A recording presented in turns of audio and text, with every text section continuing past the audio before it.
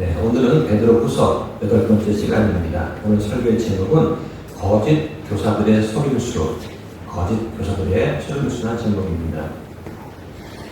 지난 한 달 동안 베드로후서 2장을 강의하면서 우리가 거짓 교사 시리즈를 하고 있습니다.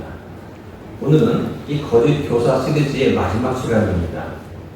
베드로후서 2장에서 거짓 교사들에 대한 경고를 하고 있습니다. 그 가운데 무엇이 있었느냐? 첫 번째는 거짓 교사들은 파괴적인 그런 존재다 하는 것입니다. 거짓 교사들은 성도의 믿음을 파괴시켜 왔습니다. 또 거짓 교사들은 심판을 받을 것이 예정되고 있습니다. 심판대에 벌하시기 위해서 하나님께서 이 거짓 교사를 예비해 주셨다고 말씀을 하십니다. 세 번째는 이 거짓 교사는 타락한 존재들입니다. 성경에서 타락한 천사가 있습니다. 소돔과 고모라가 있습니다. 또 발람의 예를 들어서 얼마나 이 거짓 교사들이 타락했는가 하는 것을 잘 설명해 주고 있어요. 자, 그러면서 17절에 그들의 타락을 이렇게 설명합니다. 이 거짓 교사들은 물 없는 샘이요 폭풍에 밀려나는 구름과 같다라고 했습니다. 물 없는 샘이 무엇입니까? 저 앞에 우물이 있어요. 달려가서 물을 탁 퍼먹으면 갈증이 해소될 것 같습니다. 막상 가보면 물이 없는 거예요. 우리의 갈증을, 영적인 갈증을 해소할 것처럼 보이지만 사실은 그러한 갈증 해소할 물을 주지 않습니다. 또 막상 비를 막 퍼볼 것처럼 보여주지만 그러나 실제로 비를 내리지도 않아요. 이렇게 거짓 교사들은 약속할 수 없는 것들을 약속하는 그런 존재들입니다. 실제로 주지도 않고 줄 능력도 없는 그런 존재죠. 그래서 이 거짓 교사는 속임수에 능한 기만적인 사람들이다. 이렇게 성경은 말씀하고 있습니다. 기만이라는 게 뭐냐? 남을 속여서 넘기는 것입니다.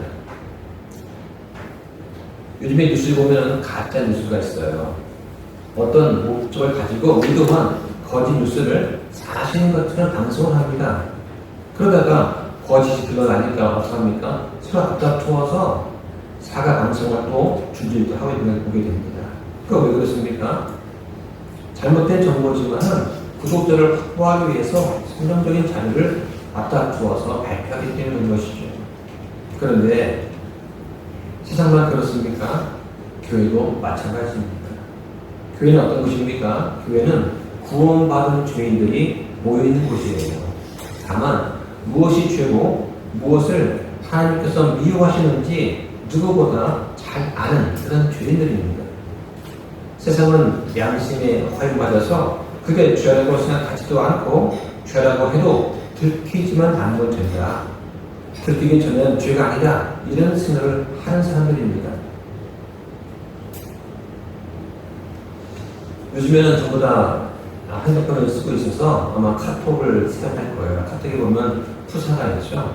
네, 프로필 사진을 다 띄우고 있습니다.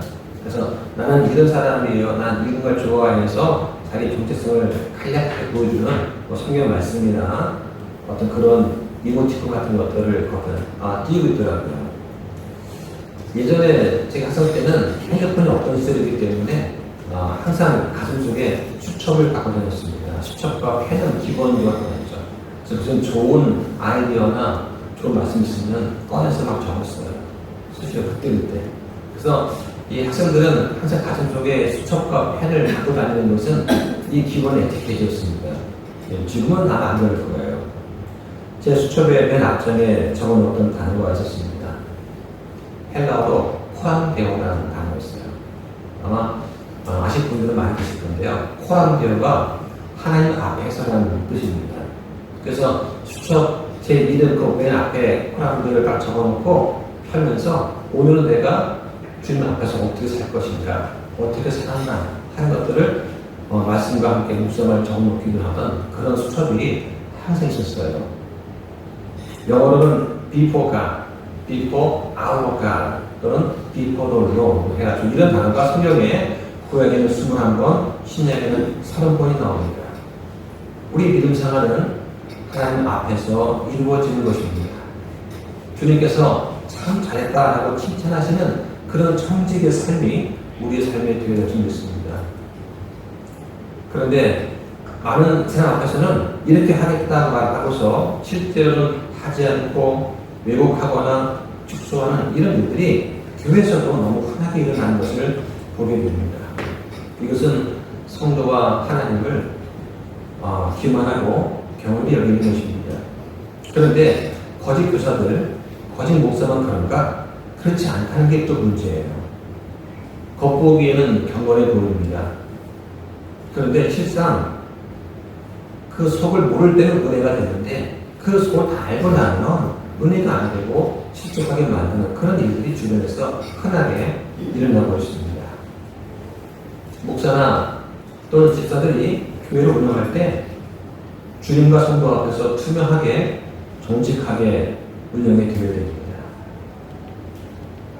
저는 설교를 준비하면서 이거 도대체 누가 거짓 목사고 누가 거짓 교사인가 이게 구분이 안 될 정도예요. 관심 없을 땐 몰랐는데 막상 찾아보니까 주변에 거짓 목사, 거짓 교사가 너무 많은 거예요.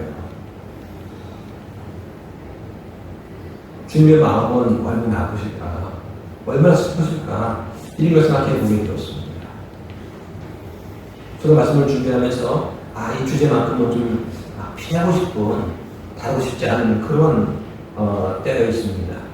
차라리 은혜가 되고 덕이 되는 것만, 그런 것만 좀 들었으면 좋지 않겠나 이러한 생각이 들 때도 있어요. 그런데 이 말씀을 강의하면서 주님께서 보여주신 것들을 제가 알 수 없기 때문에 그래서 제가 말씀을 드립니다. 오늘 본 말씀 18절부터 22절까지 말씀은 이 거짓 교사들이 사람들을 어떻게 속이는가 하는 그 방식을 아주 생생하게 보여줍니다. 첫째로 그들의 방법은 기만적입니다. 자, 18절 말씀 보세요. 이는 그들이 크게 부풀린 헛된 말들을 하면서 잘못된 행위 속에서 사는 자들로부터 빠져나와 깨끗하게 된 자들을 육체의 능력과 심한 감정을 통해 꿰어내기 때문이다. 하십니다. 거짓 교사들은 기만적인 속이는 말을 사용합니다. 베드로는 앞에 2장 3절에서 그들의 표명으로 말미암아 거짓된 말들을 가지고 너희를 상품 취급한다 라고 경고를 했습니다. 사람 앞에서는 헌금을 내라는 말을 안 합니다. 이렇게 경고를 해요. 그런데 뒤에서는 제사를 바치라고 또 요구를 합니다. 구역별로 헌금의 액수를 할당을 합니다. 리더한테는 더 많은 헌금을 작정해서 강요를 합니다. 이게 현실이죠. 그러다 보니까 가난하고 나이가 많은 그런 사람들은 이것 때문에 교회에 오고 싶어도 부담이 돼서 교회에 갈 수 없다는 이런 말도 있습니다. 헌금은 자발적으로 은혜 받은 대로 내는 것이 성경의 원리입니다. 그런데 교회에 오면서 삶의 눈치를 봐야 된다면 그것은 예수님께서 정말 미워하시는 악한 일이라고 생각을 합니다. 또 어디에서는 자체적으로 신용협동조합을 운영합니다. 교인들은 그 협동조합에서만 물건을 사야 되는 거예요. 다른 데서 물건을 사면은 교회 내에서 말이 많아지고 징계를 된다고 합니다. 그래서 어떤 사람 뭐라고 하냐면 우리 협동조합에 여기 있으면 저 먼 곳에까지 가서 거기서 한 달치 물건을 다 사가지고 온대요. 그리고 여기서는 눈치껏 필요한 것만 몇 개 산다고 합니다. 안 사면 또 보호가 되니까. 이런 얘기를 하는 거예요. 그 수익금은 누가 가져가느냐? 다 교회에 가져가는 거예요. 이게 바로 성도를 상품 취급하는 겁니다. 여기 18절에 보니까 그들이 크게 부풀린 헛된 말들을 한다고 말합니다. 이게 무엇입니까? 아주 인상적이고 그럴듯하게 들리는 설득력 있는 연설을 한다는 것입니다. 세상에 유명한 학자의 말들, 인문학적으로 유명한 저서의 말을 인용합니다. 그러면서 정작 진리의 성경 말씀을 풀어서 설명하는 것은 아주 빈약한 것이죠. 또 18절에 그들은 실제로 육체의 정욕에 호소합니다. 그러므로 이 거짓 교사들은 속이는 자들입니다. 깨끗하게 된 자들을 다시 거짓된 도리의 속으로 끌어들인다고 성경이 말씀을 하는 거예요. 그들 유혹은 육체의 정욕입니다. 여기에는 부도덕함과 물질주의와 시기와 교만 이런 것들이 다 포함된 것들이에요. 한번 찾아보겠습니다. 갈라디아서 5장 19절을 보시죠. 한편 육신의 행위들은 명백하며 그것들은 이것들이니 곧 간음과 음행과 부정함과 식욕과 우상 숭배와 마술과 증거와 불화와 시기심의 경쟁과 진노와 다툼과 폭동과 이단 파란과 시기와 살인과 술 취함과 흥청됨과 또 그와 같은 것들입니다. 내가 또한 전에 너희에게 말한 것 같이 이것들에 대하여 미리 너희에게 말하노니 그런 것들을 행하는 자들은 결코 하나님의 왕국을 상속받지 못하리라. 자, 지금 육체 정욕에 관한 육신적인 그런 것들을 쫙 나열을 하면서 이 말을 듣는 성도에게 뭐라고 합니까? 이런 것들을 하면 절대로 하나님 왕국을 상속받지 못한다라고 합니다.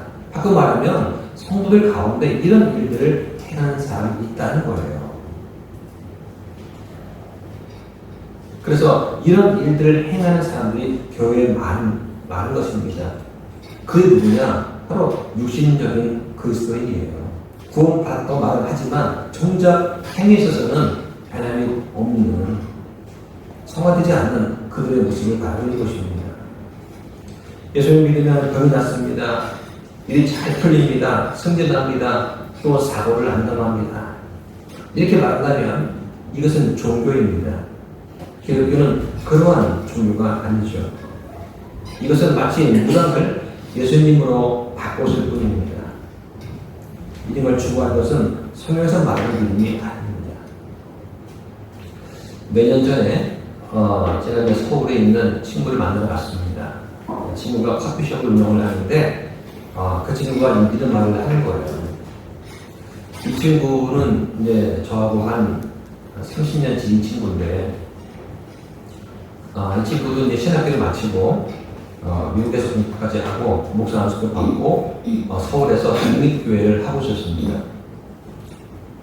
근데 이제 그 당시에는 독립교회 자체가 교단이 없다 보니까 재정적인 지원이 없잖아요. 네, 그래서 독립교회가 흔히 뭐를 했냐?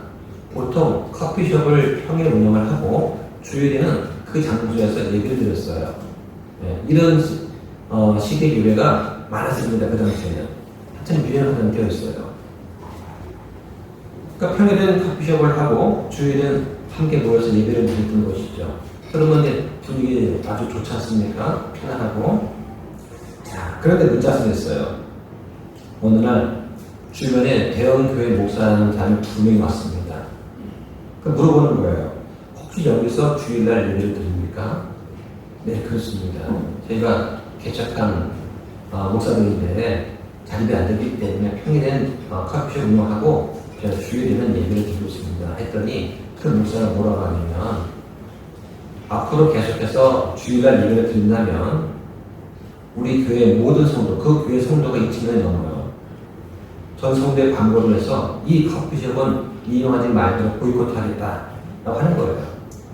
아니 왜 그러십니까? 이유가 뭡니까? 했더니 우리 교회 성도가 혹시라도 여기로 빼앗길 줄 몰라서 그렇습니다 하는 거예요. 뭐 동네 장사하는 것도 아니고 대형교회 목사라는 사람이 그 10명이 모여서 뭐 이런 그 개척교회에 와가지고 한다는 말이 자기 교회 성도를 빼앗길 수 있으니까 여기서 교회하지 말라고 한다는 게 이게 말이 되는 소리입니까? 이게 현실인 거예요. 또 어떤 날은 그 목사가 이제 와서 커피숍에 왔는데 성도를 같이 앉아있는 거예요. 근데 이제 막상 들리는 거죠. 들어보니까 목사님 전 이사 가는데 어떡할까 했더니 목사님 말이 그날은 안 좋은 날이니까 너네 며칠 이사해. 그래 좋은 날이야. 이 얘기를 하는 거예요. 이제 뭐 목사가 교인들의 취업과 리신 날짜까지 다 상담을 하는 그런 때가 왔나 싶을 정도로 그러니까 그 성도들이 얼마나 무지하겠습니까? 목사의 말이 되면 그죠? 이날 결혼해야 되고 이날 취업해야 되고 이날 이사에 가야 되는 것처럼 맹신하는 그런 분위기라는 거죠. 그런데 그 목사가 와가지고 저 커피숍 가지 마라 딱 하면 어떻게 되겠어요? 그냥 문 닫아야 되지 않겠습니까? 이쯤 되면 목사가 아니라 무당이에요. 자, 또 18절에 보니까 거짓 교사들이 잘못된 행위 속에서 사는 자들로부터 빠져나온 불안정한 혼들을 미혹한다 말씀합니다. 불안정한 혼이 누구냐? 초보단계의 믿음을 가진 그리스도인들이 알 수 있습니다. 교회 나온 지 얼마 안 되는 그런 사람일 수 있어요. 그런데 이들을 유혹하는 것이 뭐냐? 심한 감정, 특히 음란함입니다. 여기 사용된 감정이라는 말은 호색, 음탕, 방탕함, 성적 도착 이런 것을 의미하는 단어예요. 네, 점잖게 표현한 감정이지 사실은 그러한 음란함을 가리키는 단어입니다. 이 사람들은 뻔뻔하게도 육체의 매력을 과시하면서 그걸 정당한 것으로 치부합니다. 네. 전에 말씀드렸던 것처럼 우리나라의 JMS 거기 보시면 아주 음란한 극치예요. 그들은 음란 행위에 대해서 교묘하게 정당성을 부여합니다. 또 그걸 불효화시킵니다. 교주인 내가 한번 만져줘야 은혜가 임한다 이런 식이에요. 근데 그거에 대해서 그 대학생들이 그냥 속아 넘어간다는 거예요. 이게 상식적인 것이 아닌데 그들은 어디서든 자들의 더러운 욕정을 자극하고 실제로 음란 행위들을 저지릅니다. 그래서 교회에 치명상을 입혀요. 그러다 보니까 이걸로 인해서 세상 사람들이 교회를 비방하는 거예요. 기독교 보험에 대해서 저것 봐라 저렇게 타락한 것이 아니냐 하면서 비방한다는 얘기죠. 그럼 왜 이런 얘기를 할까? 거짓 교사는 한마디로 새로 다시 태어난 적이 없는 사람들입니다. 구원의 지식이 있습니다. 구원의 교회 용어도 알아요. 체험도 말할 수 있습니다. 심지어 무엇이 우리의 길인지 알기도 합니다. 그러나 한 번도 주님을 신뢰한 적이 없는 사람들입니다. 성경은 이들이 양이 아니라 개와 돼지와 같다라고 22절에 말씀을 하시기도 한 거죠. 이런 속이는 방법을 통해서 그들은 잘못된 행위 속에서 사는 자들로부터 빠져나온 사람들을 유혹하려고 하는 것입니다. 자, 두 번째 속임수가 뭐냐? 지키지 못할 약속을 하고 속이는 것입니다. 자, 19절 말씀 보세요. 그들이 저들에게 해방의 자유를 약속하지만 자신들은 부패의 종이니 이는 어떤 사람이 누구에게 정복되면 정복한 바로 그 사람에게 그가 속박되기 때문이다. 그들은 해방의 자유를 약속합니다. 그러나 지킬 수는 없어요. 우리는 어떻습니까? 우리는 예수님을 믿고 복음을 통해서 죄로부터 해방된 자들입니다. 죄로부터 자유롭게 되는 사람들이 바로 우리들이죠. 여기서 말하는 해방은 죄의 속박으로부터 해방되는 것을 말하는 것입니다. 진정한 자유는 사람을 죄로부터 자유롭게 하는 것입니다. 죄를 다시 짓지 않게 하는 거예요. 내가 모르고 죄를 지을 수 있습니다. 내가 육신을 입고 있기 때문에 또 죄를 지을 수 있어요. 그러나 이게 죄인 줄 뻔히 알면서 고의로 죄를 짓지는 않는 것입니다. 이게 바로 죄로부터 해방되는 것입니다. 하나님께서는 우리가 이 죄들에서 용서받고 죄에서 해방되고 자유롭게 되기를 원하시는 겁니다. 그런데 이 거짓 교사는 어떠냐? 이 거짓 교사는 자유와 방종을 혼동하는 거예요. 그리스도인의 참된 자유와 크게 부풀린 헛된 말을 하면서 행동하는 방종을 혼동하고 있습니다. 자, 한 말씀 볼까요? 갈라디아서 5장 1절 보시죠. 그리스도께서 해방의 자유로 우리를 자유롭게 하셨으니 그러므로 그 자유 안에 굳게 서고 다시 속박의 명예에 얽매이지 말라. 다시 죄의 속박에 얽매이지 말라고 하나님께서 말씀하시는 거예요. 복음을 듣고 죄에서 해방되었는데 다시금 유대의 초등 원리로 율법을 통한 행의 구원으로 돌아가지 말라는 것입니다. 자, 하나 더 보시죠. 요한복음 8장 32절 보겠습니다. 자, 우리가 잘 알고 있는 말씀이에요. 요한복음 8장 32절. 잘 알고 있는 말씀인데 이 말씀의 뜻을 제대로 알고 있어야 되겠습니다. 자, 읽습니다. 시작. 또 너희가 진리를 알지니 진리가 너희를 자유롭게 하리라. 진리가 무엇입니까? 예수님이 바로 진리이십니다. 예수님이 진리고 예수님이 전하는 그 복음이 진리예요. 누구나 예수님을 알게 되면 죄에서 자유롭게 됩니다. 또 우리가 경배하고 또 교회와 성도를 섬기고 또 헌금하는 것, 이거 자발적으로 하는 것입니다. 누가 강요한다고 되는 것이 아니에요. 자, 그런데 구원파는 이렇게 가르칩니다. 교회에 헌금을 많이 하려면 일단 대출을 받아라. 대출을 최대한 많이 받아서 이자만 갚고 원금은 갚지 않아도 된다. 그 안에 주님 오셨죠. 누가 하느냐. 그러니까 원금 갚을 하지 말고 이자만 갚으면서 많이 대출 받아라. 그리고 대출 받아서 교회 내라. 라고 가르쳐요. 그렇게 하면서 뭐라고 하냐. 구원받은 사람은 죄가 없다. 죄를 져도 그건 죄가 안 된다. 라고 하는 허황된 그런 교리를 전파합니다. 이건 자유가 아니라 반동입니다. 그럼 그 결과가 뭐냐? 말로만 해방의 자유를 약속하는 그런 거짓 교사들의 노예가 된 것입니다.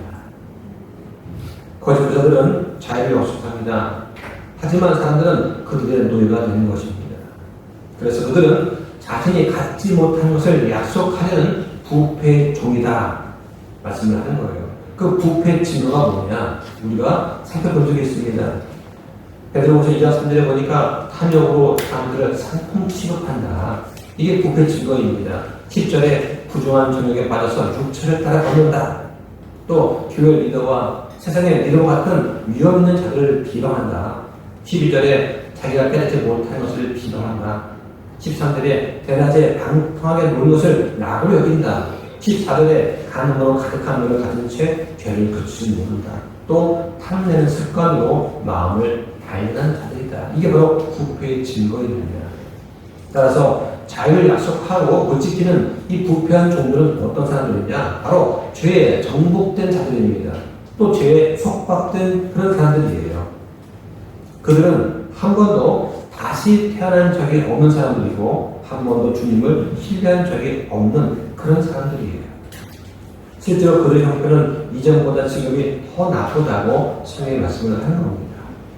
자, 오늘 말씀 보세요. 베드로후서 2장 20절에 보니까 만일 그들이 주 곧 구원자 예수 그리스도를 아는 것을 통해 세상에 보이면서 벗어난 뒤에 다시 그 안에 말려들어 정복되면 마지막 끝이 처음보다 그들에게 더 나쁘니라고 합니다. 여기서 말하는 세상의 오염은 무엇입니까? 우리가 하나님의 순수한 말씀대로 살지 못하게 방해하는 막는 모든 것들입니다. 우리가 귀로 듣고 눈으로 보는 것, 그 중에서 하나님 말씀대로 살지 못하는 그 모든 것들이 바로 세상에 오염된 것들입니다.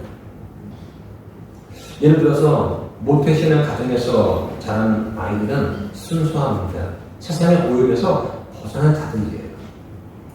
그들의 집에서 부모님, 어머니나 아버지가 하는 행동을 보고 자랐을 거 아닙니까? 어릴 때부터 부모님 집에서 성경을 읽고 기도를 하는 그런 모습, 서로 사랑으로 서로를 부부간에 대해주는 그런 모습을 보고 자랐을 거 아니에요. 그러니까 세상의 오염에서 벗어났다. 부부간에 싸우고 다투고 칼부림하고 이런 것을 못 봤을 거 아니에요. 그런데 만약 그 아이들이 그리스도를 거부해서 죄의 강도에 빠지게 되면 의의 길에 대해서 물었을 때보다 더 상태가 나빠지게 된다. 즉 믿지 않는 아이들보다 더 나빠지고 더 비뚤어지게 된다는 그런 거예요.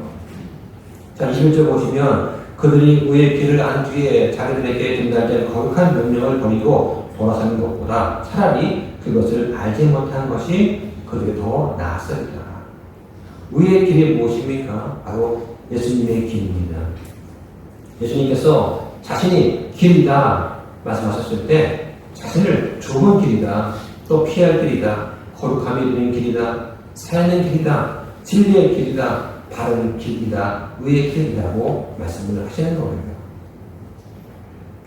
이 말씀 보면 이 거짓 교사들은 어떠냐? 그리스도를 아는 그 지식에 대해서는 말을 하고 있지만 실제로 그들이 그리스도를 받아들였다는 그 말씀은 어디에도 나오지 않습니다. 구원받는 데 있어서 지식만 가지고는 충분하지 않습니다. 복음을 들었습니다. 예수님은 알아요. 하지만 그건 충분치 않다는 거예요. 그 지식을 내가 마음으로 믿고 받아들이고 내 삶에 적용을 해야 됩니다. 죄값을 치르신 그리스도를 내가 온전히 받아들여야 되는 거예요. 이 자각이, 이 과정이 없으면 구원받은 게 아니다.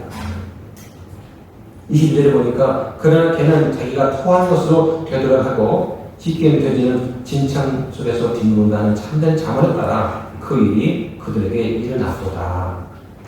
걔는 거짓 교사를 말합니다. 또 거짓 배언자를 말하는 것입니다. 특히 이 돼지는 어떻습니까?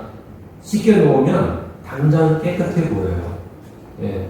그래서 이 돼지도 애완용 돼지가 있지 않습니까? 씻겨놓고 목에 리본 대면요 정말 예뻐요. 그런데 이 돼지는 본성이 있습니다. 씻겨놔도 다시 더러운 곳에 들어가요. 더러운 걸 좋아하는 본성이 있습니다. 이 돼지는 구원받지 못한 자를 상징한다고 볼 수 있어요. 그들은 계속해서 더러운 저녁과 세상의 것들을 살아갑니다. 육신의 저녁과 안목의 저녁과 인생의 자랑을 최고의 목표로 하면서 살고 또 살아가는 거예요. 이게 돼지입니다. 자, 지금 베드로가 이 거짓 교사에 대해서 2장 전체를 할애해서 지금 경고를 하고 있습니다.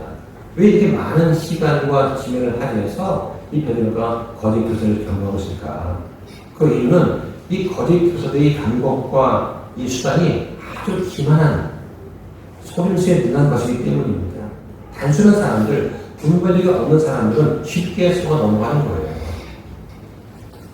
그래서 2절 마치기 전에 이 거짓 교사에 대해서 이 베드로가 변명한 것 중에 일반적으로 우리가 흔히 물어보는 두 가지 질문이 있습니다. 하나는 뭐냐? 이 거짓 교사는 한때 참 그리스도인이었을까 하는 그런 질문이에요. 거기 2절에 보니까 그들은 자기들을 사신 주를 부인하기까지 했다고 말씀합니다. 여기에 자기를 샀다는 말은 뭐냐? 구속했다는 말이에요. 과거에 이스라엘 백성이 이집트를 탈출하면서 구출된 그런 것과 관련된 단어입니다. 부인했다는 말이 뭐냐? 이 거짓 교사들이 이스라엘 백성을 구원한 이 하나님을 부인했다는 거예요. 또 여기 주라는 말은 뭐냐? 주인이라는 뜻입니다. 노예가 자기의 주인을 부를 때 주인님, 주님 막 부르는 그 주를 말하는 거예요. 예수님께서는 죄로 인해 죽을 수밖에 없었던 사람들, 특히 우리들을 자신의 핏값을 치르시고 찾았습니다.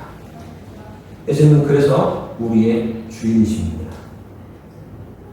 우리가 예수님을 향해서 주님 부를 때는 내 죄를 인해서 대신 죽으시고 나를 자신의 핏값으로 사셨기 때문에 내 주인인 거예요. 그 주님을 위해서라면, 그 주를 위해서라면 내가 뭐든지 할 수 있겠다, 하겠다라고 고백하는 것입니다.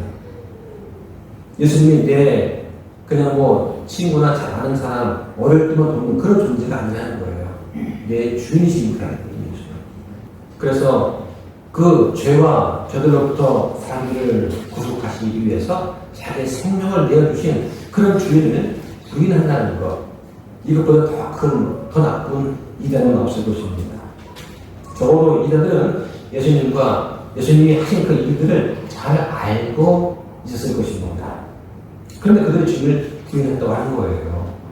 자, 왜 그랬을까? 분명히 머리로는 알았을 것입니다. 이해를 했어요.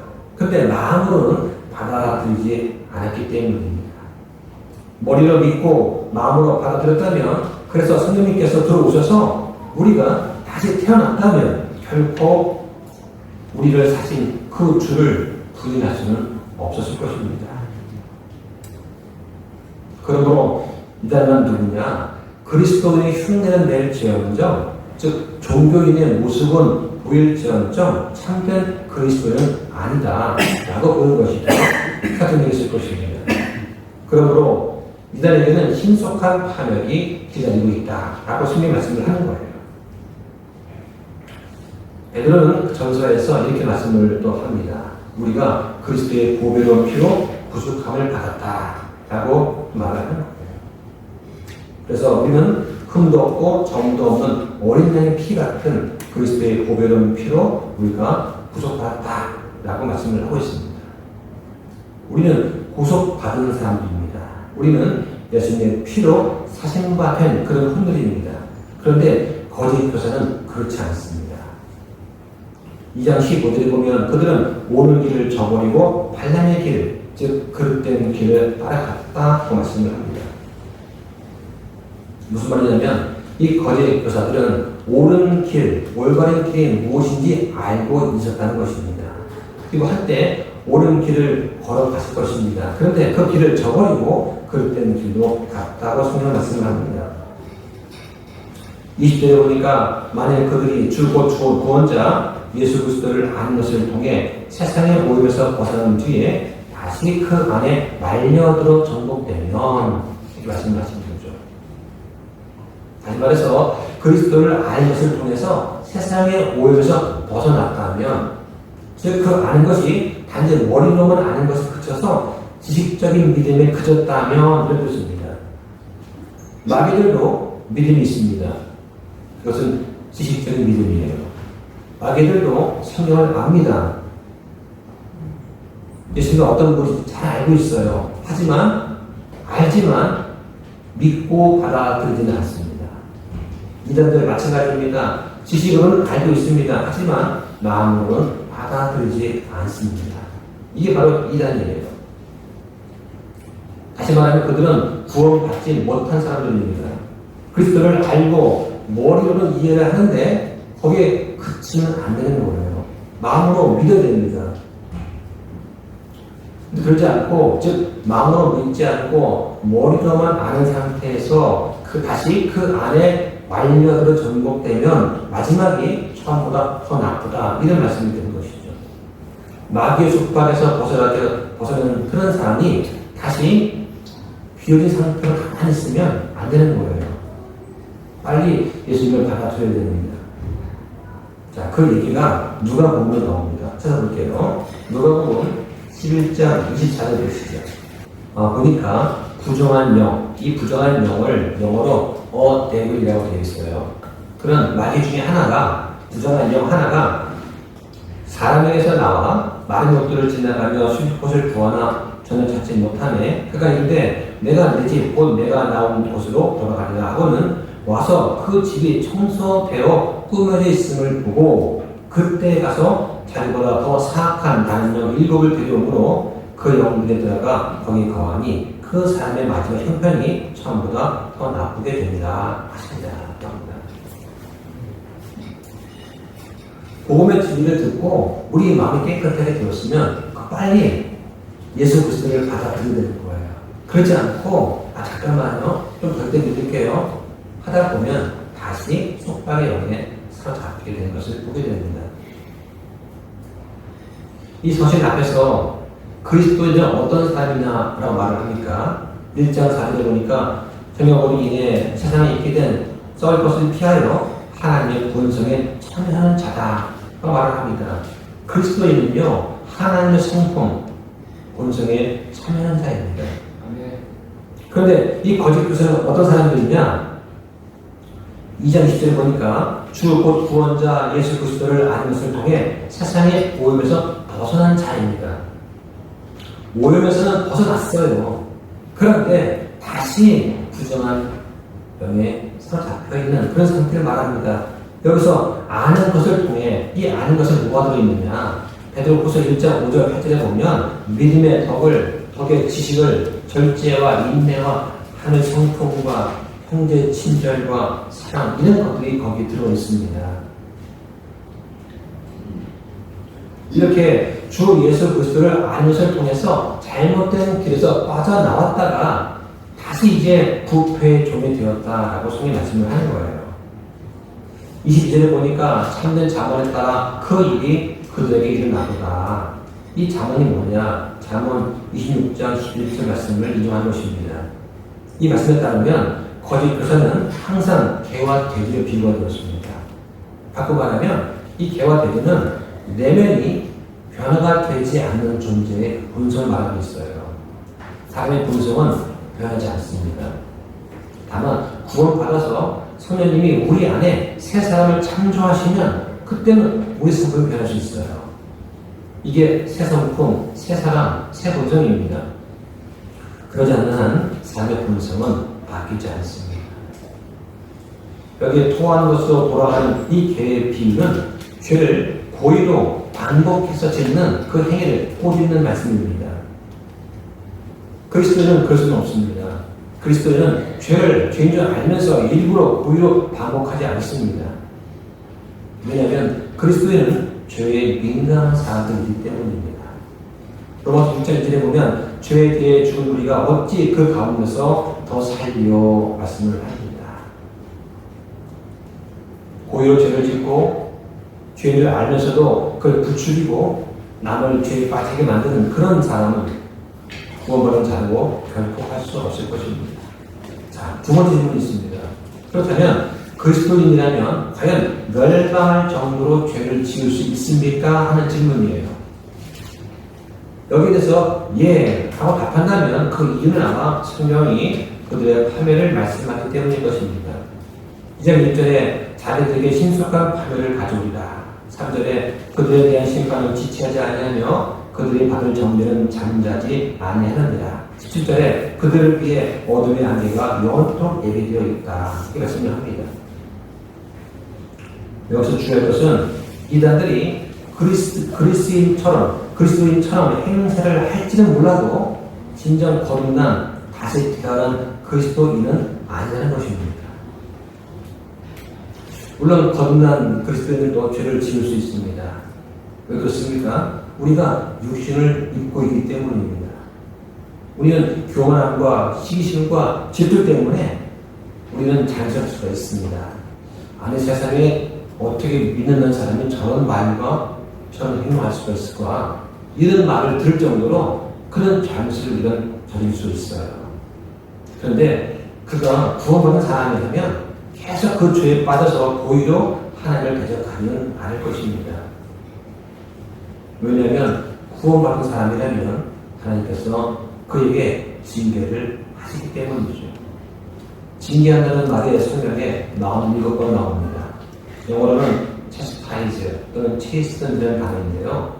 하나 보겠습니다. 히브리서 12장 6절 보시죠. 우리를 징계하는 목적이 뭐냐? 성도를 완전케 하려고 징계를 하시는 거예요. 함께 있습니다. 6절부터 8절까지 시작. 주께서는 자신이 사랑하는 자를 징계하시고 자신이 받아들이는 말마다 책임을 하시는다 하셨느니라.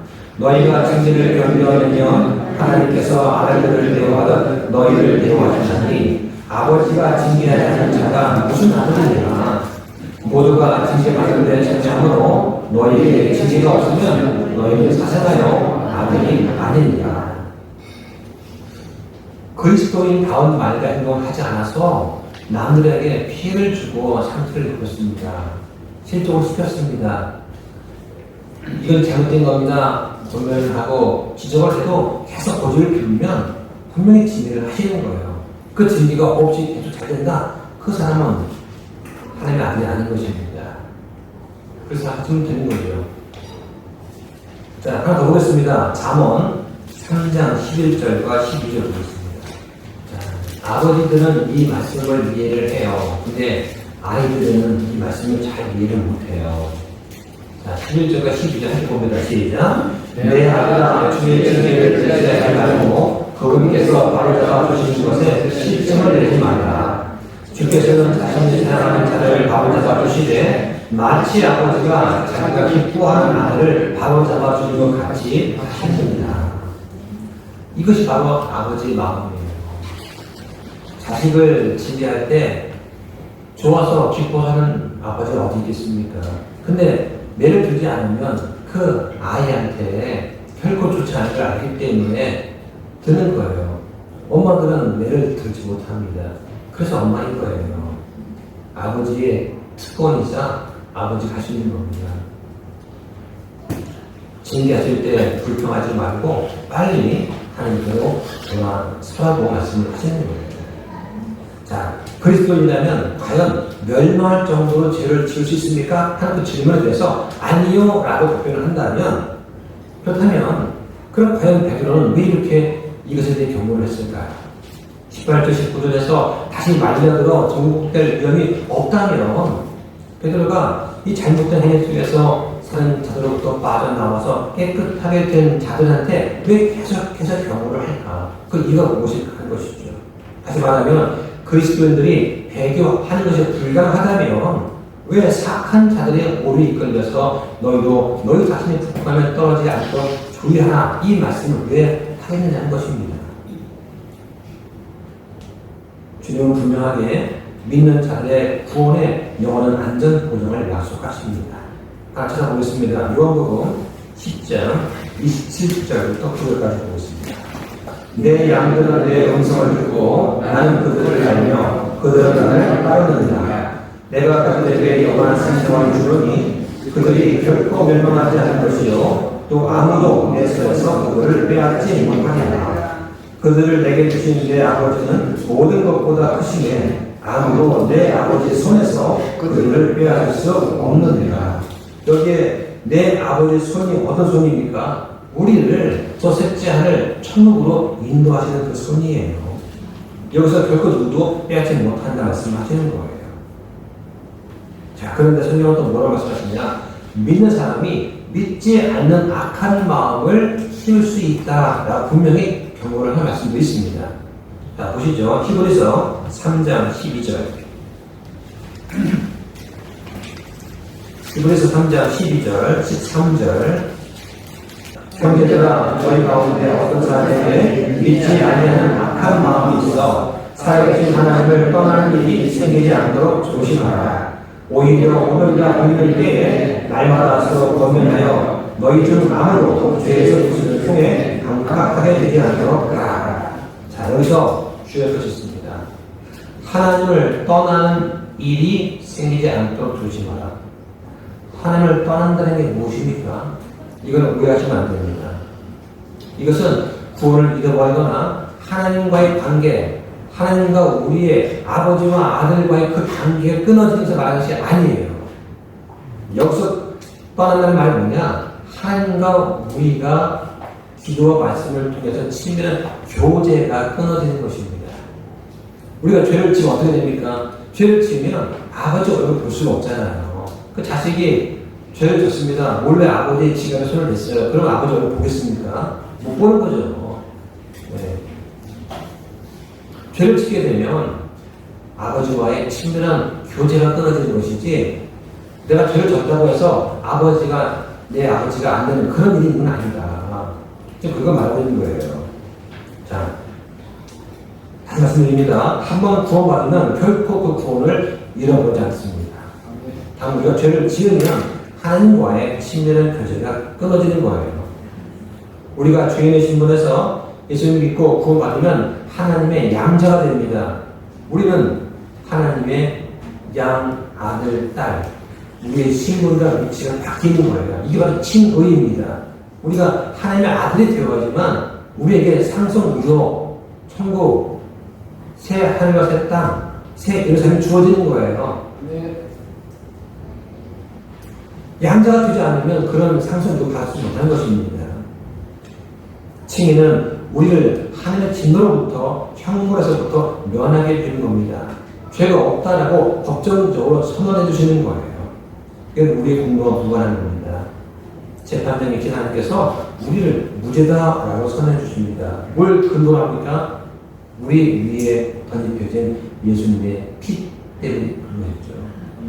예수님 그 보혈의 피를 보시고 우리를 죄 없다라고 봐주시는 거예요. 우리는 육신을 입고 있습니다. 여전히 죄를 짓습니다. 우리 신분은 하나님의 아들이지만 우리 상태는 여전히 죄를 짓는 죄인입니다. 우리 날마다 우리 육체를 쳐서 복종시키는 그런 경험을 훈련을 해야 되는 것입니다. 그리스도인은 죄에 민감한 그런 사람들이에요. 그래서 죄가 생각나는 몸을 갖고 있기 때문에 이게 죄구나 생각이 되면 빨리 그 상황에서, 그 장소에서, 그 사람에서 벗어나야 되는 것입니다. 그리고 내 잘못을 빨리 자백을 해야 됩니다.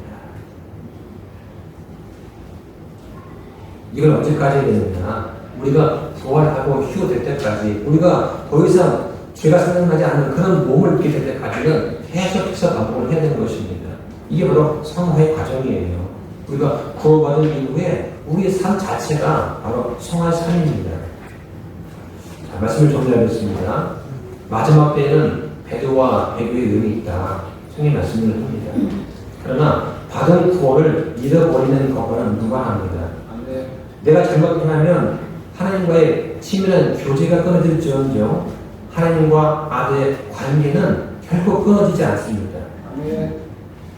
그러니까 구원을 잃지 않도록 조심하라는 그런 말은 성경의 바른 교리가 아닙니다. 우리는 그런 교리를 믿지 않습니다. 내가 행동의 여하에 따라서 내가 구원을 얻기도 하고 잃기도 하려면 그런 예수님께서 이루어주신 이 구원의 대속 사역을 부인하는 그런 것입니다. 그게 바로 하나님을 부인하는 거예요. 우리가 믿음 생활을 하다 보면 세상의 어려움과 고민을 참을 때가 있습니다. 특히 젊을 때 그렇습니다. 하선 때 잘 믿다가 30대, 40대 한참 바쁠 때지 않습니까? 아이들 키우랴 직장생활 하기가 힘들어요.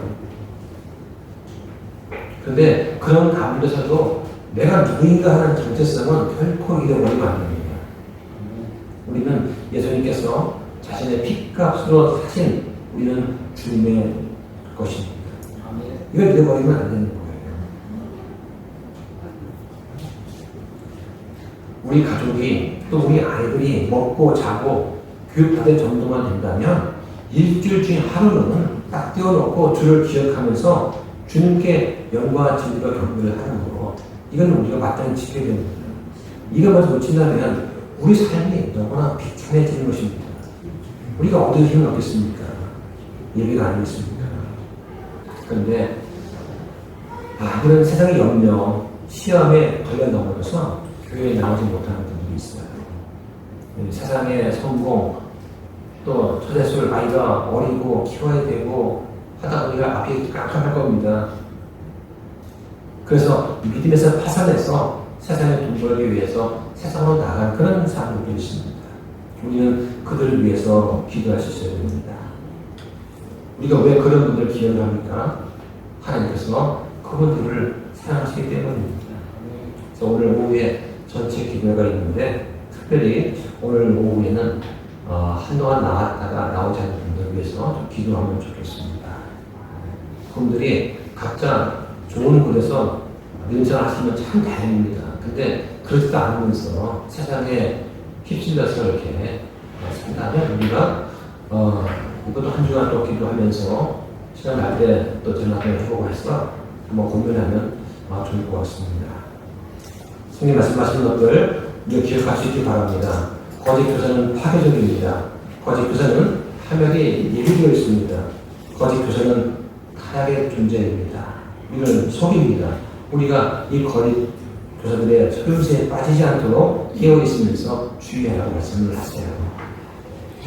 우리는 그런 거짓 교사, 그런 거짓 목사에 시들지 않게 되기를 주님을 축원합니다. 기도하시겠습니다.